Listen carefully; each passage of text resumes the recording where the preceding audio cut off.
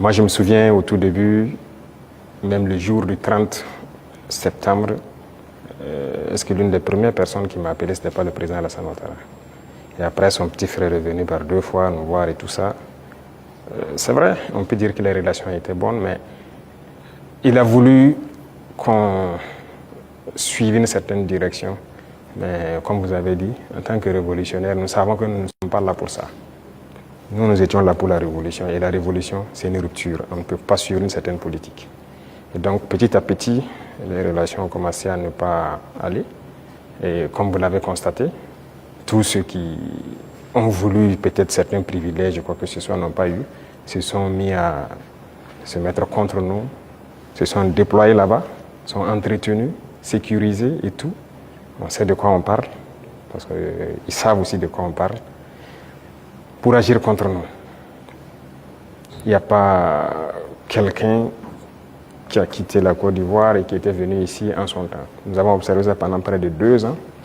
On les a parlé plusieurs fois. Ils nous ont dit non, il faut qu'on passe par les règles de l'art, il faut que la justice émette des mandats et tout ça. On a fait tout. Ils ne répondent pas. Monsieur le Président, ça ne marche pas. J'embraye avec la question de mon confrère pour rester sur la Côte d'Ivoire. Comme vous le savez très bien, la Côte d'Ivoire a une élection présidentielle cette année, dans quelques mois. Est-ce que c'est quelque chose qui vous intéresse? Ça nous intéresse d'autant plus qu'on a beaucoup de compatriotes en Côte d'Ivoire quand même. Et on craint